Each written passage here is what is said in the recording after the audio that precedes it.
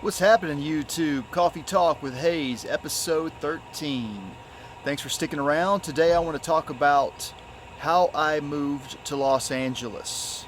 There's a lot of other things I want to talk about, but I want to get this out of the way first. So this is kind of the antithesis to how I moved to New York City. It was pretty much the inverse of how I moved to New York City. I have to back up a little bit. I don't want to get into too many details about a couple of these other experiences.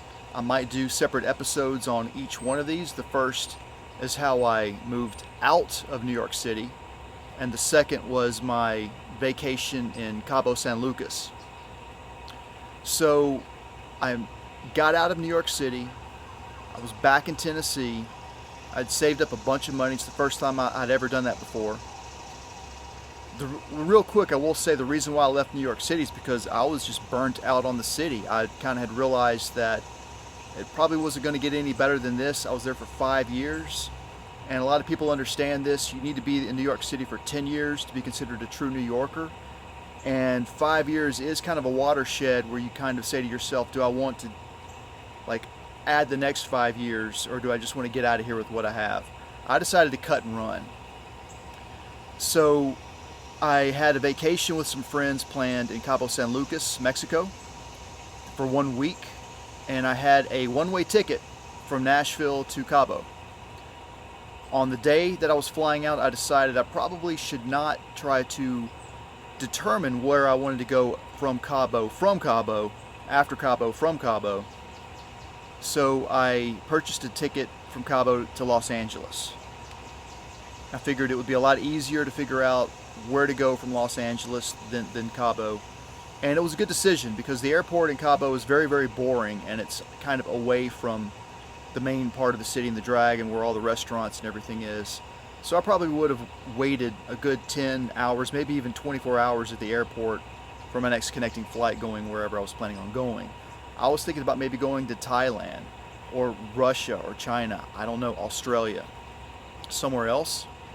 But at the last minute, well, not really the last minute, really it was during the week vacation, I decided that I was going to move to Los Angeles. Again, all I had was just a pack, a bunch of clothes and my phone and just a few things like that. And so here I am in Los Angeles at LAX, and boom, I'm just okay, this is going to be my new home. Now what? I had a girlfriend at the time. I called her and told her what was going on. I told her, hey, even though I'm leaving New York City, I'm not going to move back to Tennessee. And sure enough, I was in Tennessee from New York for maybe 3 weeks maximum. So she advised that I contact a mutual friend of ours that we knew from high school. And I contacted this friend, and I stayed with them for a week. I paid for my stay. I just said, hey, how would you like to have a temporary sublet, so to speak?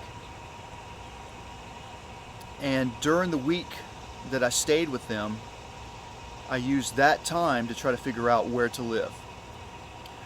So the first thing I kind of figured out was here I am in Los Angeles, and Los Angeles is the inverse from New York City. So moving to New York City, for me, had two problems: a place to live and a job. It was really easy to get jobs in New York City. It was really easy to get jobs in New York City. I could trip over a job the next day. It was really, really hard to find a good place to live in New York City, however. Once you got in, it wasn't so difficult, but it was definitely something that you took very, very seriously. More seriously than finding a job, really. So I figured, okay, well, it must be really easy to find a place to live in Los Angeles and really hard to get a job.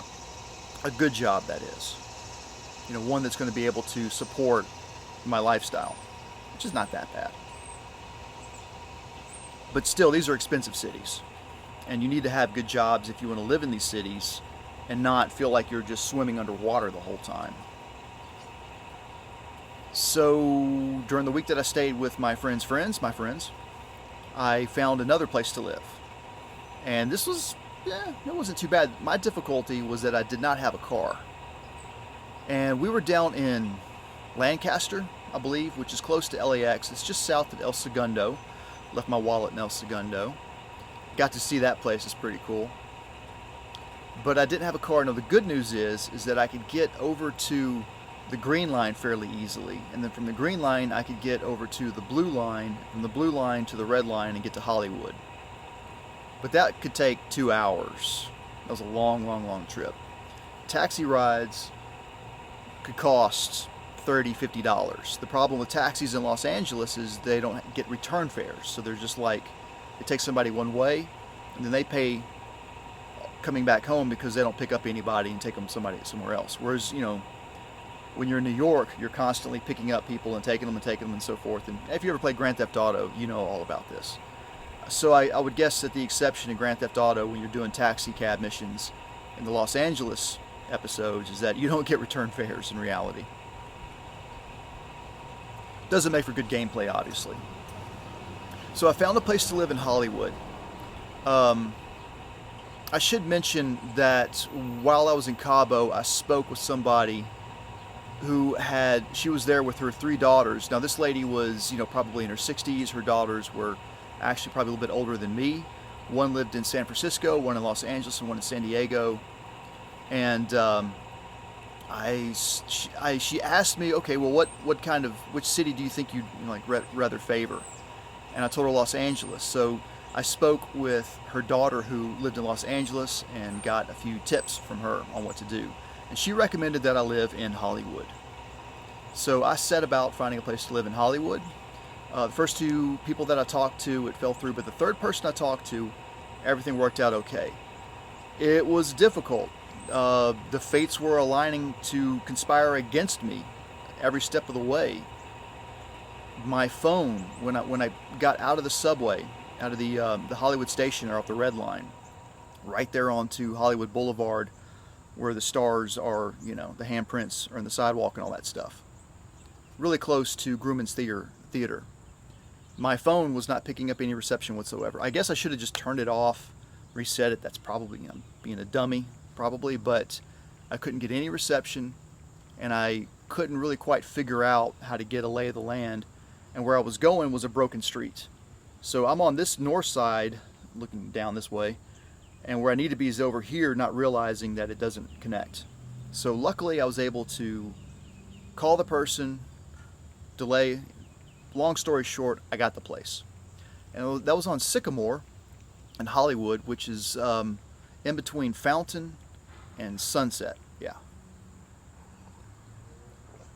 So I lived there for about a month and a half. This was during the month of July.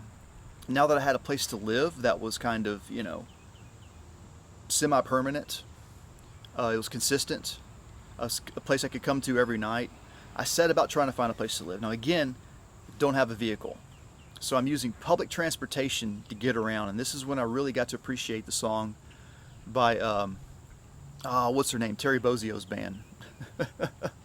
Nobody Walks in LA. Missing Persons. I want to say Modern Problems for some reason. That's a Chevy Chase movie. Not a good movie, but it had a few scenes. Fletch is a whole hell of a lot better. Okay, so got a place to live. It's cool. My roommate's pretty cool. Not crazy. Not completely crazy. I mean, everybody in LA is crazy, so, you know, but not like crazy. Meet some interesting people. Turns out that one of her friends is the lead singer from My Life with the Thrill Kill Cult, Frankie. So I got to meet Frankie and hang out with him a bit. That was interesting. Finding a job was absolute hell. It was crazy. I mean, it was just as hard as trying to find a place to live in New York City. Nobody cared about any of my past experience. My resume meant nothing in LA. It turns out that LA is what they call an industry town. And I'm going to back up and just say, wait a second, no, it's not an industry town, it's the industry town. That industry being Hollywood. And Hollywood does not play by the rules. It doesn't play by reality. It doesn't go by the rules of physics or anything. They go by their own rules. And that culture has crept all throughout Los Angeles. So it doesn't matter what industry you work in, everybody kind of treats it as if you just want to be an actor. Now, I never wanted to be everybody wants to be an actor, but when I moved to LA, I never had any desire to take any actions to be an actor. I didn't sign up with any extra type kind of stuff. Didn't talk to any agents or students. No, I didn't care about any of that stuff. I didn't want to have any part of it at that point in my life, still to this day. I just wanted to be in LA because of the old adage, live on the East Coast or whatever, and then move before it makes you too hard, live on the West Coast, move before it makes you too soft, yada, yada, yada. And I figured that, like, the two dichotomies were New York City and Los Angeles. And I still hold by that. Now, I haven't even been to Boston, and I have not lived in Chicago, although I visited Chicago. On the West Coast, I've seen Seattle, I've lived in Portland, I've lived in San Jose, which is the Bay Area, but not San Francisco proper, up on the hill, all that kind of cool stuff. And I have not lived in San Diego. But I still feel like Los Angeles is Seattle is definitely second if Los Angeles is first. And San Francisco is another one. It's kind of like, well, what is San Francisco then? So really between those three cities, Los Angeles, San Francisco, and Seattle, those are all really, really big, powerful cities, rich cities. And what makes LA different than the other two is Hollywood. And Hollywood is everywhere in Los Angeles. You just cannot escape it no matter where you go. Even in the music scene, you can't escape it, because everybody in the music scene's got that secret little thing that they're, filming some stupid commercial or something. I don't know. It just never ends. So it was a challenge for me. It was a personal challenge that I wanted to set upon myself to say, okay, I lived in New York for 5 years. I garnered all of these skills of survival. Can I put this to the test? And can I make it work? Can I sustain myself in Los Angeles? Long story short, yes, I did. But the first month and a half was absolute hell. I can't exactly remember how many companies I interviewed for. I do remember it was probably about like 3 or 4 or 5 companies that I went out, got on the bus, did a couple transfers on the bus to get to these places, like, leaving 2-3 hours before the interview just to make sure that you get there on time. You don't wear a suit in LA. So that's the good news, is you definitely don't wear a suit. It's too hot. I mean, even though the weather, it's climate and everything, like, when you start moving around, if you're not driving yourself, if you're taking public transportation, and you're going to wear a suit, you're going to start sweating. There's probably no way to avoid it. Unless it's the winter time, of course. But climate, the seasons in LA are really, really strange. My first year in LA, it was summer all the way until Thanksgiving. I remember having Thanksgiving dinner with a friend outside. I can't remember the name of that hotel. It's the famous one there on Hollywood Boulevard where they filmed the pool scene from Caddyshack. No, National Lampoon's Vacation, sorry. I can't think of the name of it. It's starts with an R or something, but whatever. The Rockefeller? No, that can't be it. Maybe it is. Anyway, whatever. Okay, so when I finally did find a job, however, wow, it was so cool. A lot of times I find that there's some hiring manager out there that kind of saves my butt. And I'm able to get through past all the red tape of human resources and the recruiting agencies and their juniors that are trying to screen past resume requirements and job requirements and just, have no clue what the job is whatsoever. But every once in a while I'm able to get through to the hiring manager and convince them that I'm the person for the job. And this was one of those times, and boom, I got a job working at a place called City Grid. I think they're still there. They're probably going to never go away. I can't remember the guy's name who owns it, but he's one of these, rich Los Angeles established family kind of persons that's there. And from what I understand, City Grid, which was City Search. So it started with City Search, was his search engine back when we had Excite and Alta Vista, and Yahoo was Yahoo was a seriously considered search engine, and they were a real company back then. Still a real company, but they were what am I trying to say? They were a contender. Thank you. So from what I understand, City Search was just this particular person's want to have a web presence. So the company was kind of a joke. I mean, it was supported by a billionaire. How do we make money? Well, this billionaire owns the company, and he just makes sure that everybody gets paid. Wow, okay. People can actually run businesses like that then. Yeah, I've worked for a lot of strange companies.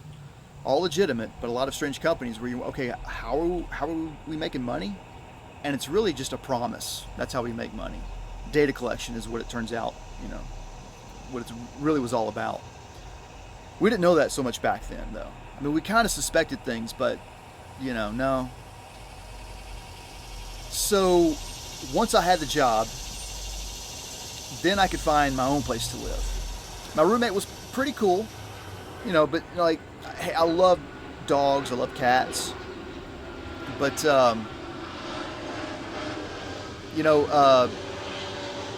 when the bathroom, when the apartment is the bathroom for the dogs and the cats, it kind of depends, In this particular case, it was borderline, and not to mention my roommate ran the electricity bill like way up, man. She had the air conditioner blasting all the time. She said it was for the dogs, which she never really took out for a walk. We had somebody who would take them for a walk every once in a while and kind of clean up after them, but yeah. So I decided, I need my own place and sanity. I ended up finding my own place like 2 blocks over from where we were living. So Sycamore is if you're looking at a map this way, Sycamore's here, then La Brea's here, and then where I lived was Detroit Street over here, just off of Fountain. And this is where I believe Fountain and La Brea is where Shia LaBeouf, where he flipped his Lamborghini or whatever. Man, I swear I saw a flipped Lamborghini down there one day at that intersection. Could have been someone else's flipped Lamborghini. Doesn't mean that was him, but that could have been that incident that happened. And if you're from LA, Fountain is a dangerous street. That is a street that the locals take to get past Sunset and Santa Monica. Mostly Sunset. It can get you from West Hollywood all the way through Hollywood east, or whichever way you want to go, pretty quickly. And people fly though, but the problem is that it goes from being 4 lanes to 2 lanes because it had the parking situations. So people are going 50 miles an hour and have to cut off because there's cars that are parked. Just a stopped obstacle, and you're coming 50 miles. Well, I'm not, but they were. Okay, maybe sometimes I went a little fast down that road, but nobody ever saw me do it. No witnesses, at least. One day, in the apartment that I moved into, I heard a large boom, and I thought it might have been an earthquake. Turns out somebody had just smashed into a retainer wall for a corner, and with their car, and they hit it so hard that it rumbled everything. There's been worse, of course, but I mean, it was almost every day there was a altercation. Not necessarily a bad wreck, but somebody bumped into somebody every day on that road. Okay, so the place I moved into was pretty sweet. It was this little bungalow place. I think it had it was 8 apartments, but there was only room for 6 cars to park, which is okay for me at first because I still didn't have a vehicle. My whole first year in LA, I went without having an automobile. When I finally got an automobile, it was kind of a similar situation. I didn't talk about this when I moved to New York City because it was really I lived in New York for a good 6 months before I moved my possessions up to New York. Well, in LA, I was there for almost a year before I moved all my stuff, and I came across country in a big cargo van that I purchased. And this cargo van served me for many, many, many years and allowed me to move myself and my possessions all up and down the West Coast, back and forth across from the West Coast to Tennessee, several times. And hopefully I'll get into some of those stories, because I had a great time going back and forth across the country, just seeing the continental United States of America and the west side of things. When you get to the Rockies and on past, it's just beautiful. If you've never been to the United States, when where I'm at now is beautiful. I mean, it's great, but it's kind of vanilla. It's not really terribly exciting. You know what I mean? It's not like you're not really seeing the wow kind of stuff. If you're gonna spend all that big bucks to come out here, me personally, I want to see the good stuff, and then maybe appreciate some more of the more kind of regular stuff if I come back and visit a second, third, fourth time or whatever. But the Grand Canyon, it's kind of a must-see. And it's a must-see because you need to see it more than once. Because the first time you see it, you're probably not going to be terribly amazed by it unless you're there for a long, long, long time, and it starts to sink into you what you've actually witnessed. You can't really explain it, but I'm getting off the beaten path as I always do. So back to LA, and my first apartment, just a simple little apartment, and I was taking the bus to work every day. Sometimes I would take Santa Monica, sometimes I would take Sunset. I would just try to mix it up. But eventually I would start to get sick and tired of riding the bus. I was okay at first, coming from New York City. One of the funny things is that I did get a lot of, what am I trying to say? A lot of, not criticism, but just a lot of people looking at me like, oh, you're, like LA, like people living there in Hollywood, when I was there in Hollywood.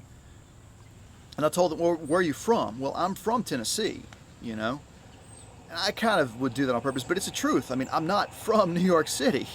I'm not. That's where I came from, but I am from Tennessee. It's where I grew up. It's where I was born. And I spent the majority of my life.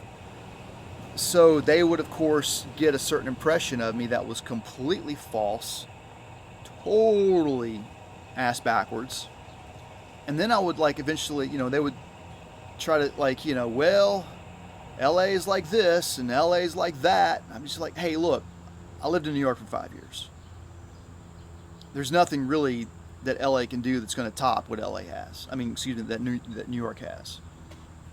And I knew this from the get-go. Now, I will state that I had a bias.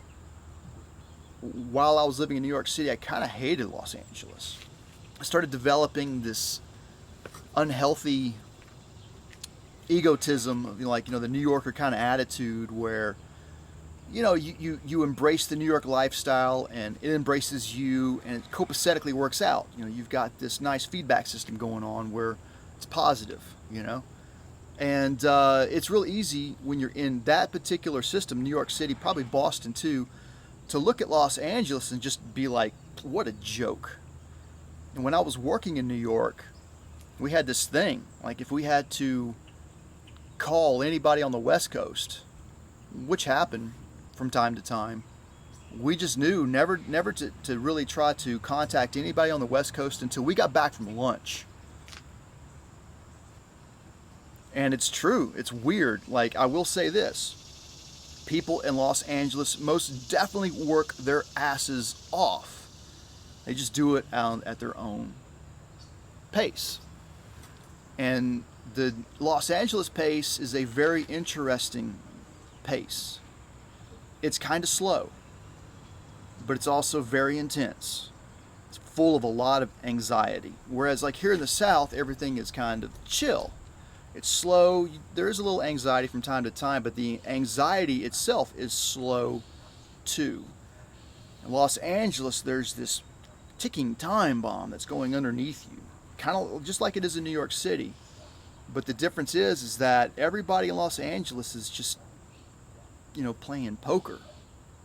They're waiting for you to make your move. Whereas in New York City, everybody's like, hey, let's do business. All right? I don't got time. If you don't want to do business, I got somebody else who's going to do business. If you don't got time for me, I don't got time for you. I got to go do this. Los Angeles, you can't do that in Los Angeles. It's like, yes, I want the job. Okay, great. We'll contact you in 1 month. We'll see if you can hold your breath for 1 month, and then we'll contact you and let you know if you got the job or not.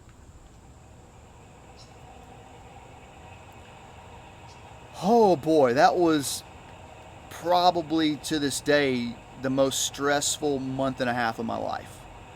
Is that July of, when was that, 2010? Yeah, July of 2010 and August of 2010. Up until I got that job offer working for City Grid, and I accepted the job, started going to work, and everything suddenly was like, oh, okay, we're okay. We're okay. We're in the gate. Even if this job, that job lasted me a good year. And even when that job was done, I knew I can get another job. Because, once you're in, you're kind of in. But LA is a weird kind of town like that. You have to keep, staying up and up and up and up. You can't just let kind of time slide a little bit. And interestingly enough, I think that the whole world, at least my country, the United States, everything is starting to kind of move that direction. Now, it's not really modeling after New York City or Los Angeles, but really more San Francisco. That's a story for another day. I don't know that I'll ever talk about that one. However, because I'm still just getting to know you after all. It's only been, a few years. So I think that pretty much covers me moving. One trip I did have to make. Okay, couple interesting trips. I went to go visit a friend who grew up here in Murfreesboro, still is living out in Los Angeles to this day. They live down in Adams. So I remember taking a cab ride from Hollywood to get down to Adams because there was no really other way to get down there. It's kind of dangerous neighborhood. Not terribly dangerous, but when the sun goes down, public transportation in some areas, kind of crazy.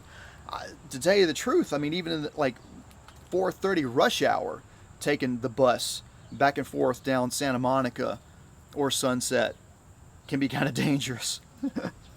There can be some legitimately crazy people and just drunk people, but the drunk people are probably not going to give you too much mess. There's a story I want to tell you, but that's another day again. Sorry, not going to tell that story.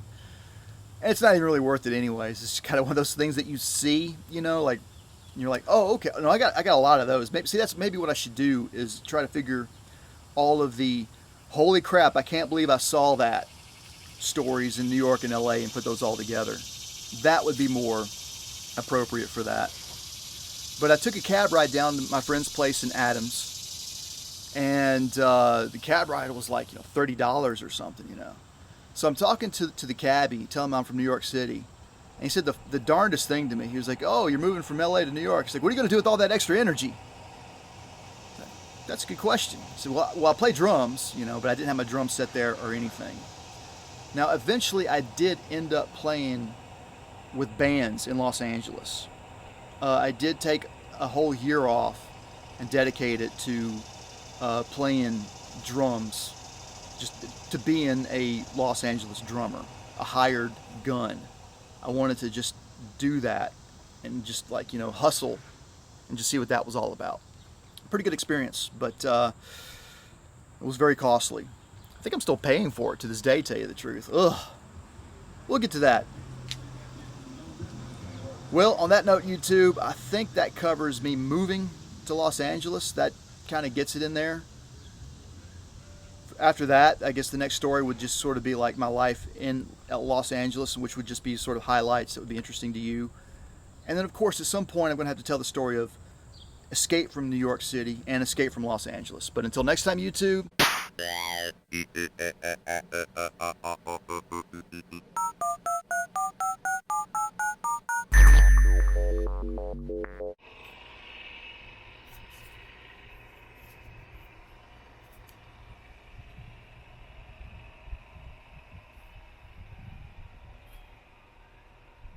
Don't exert yourself, Ruby. It's too hot out here.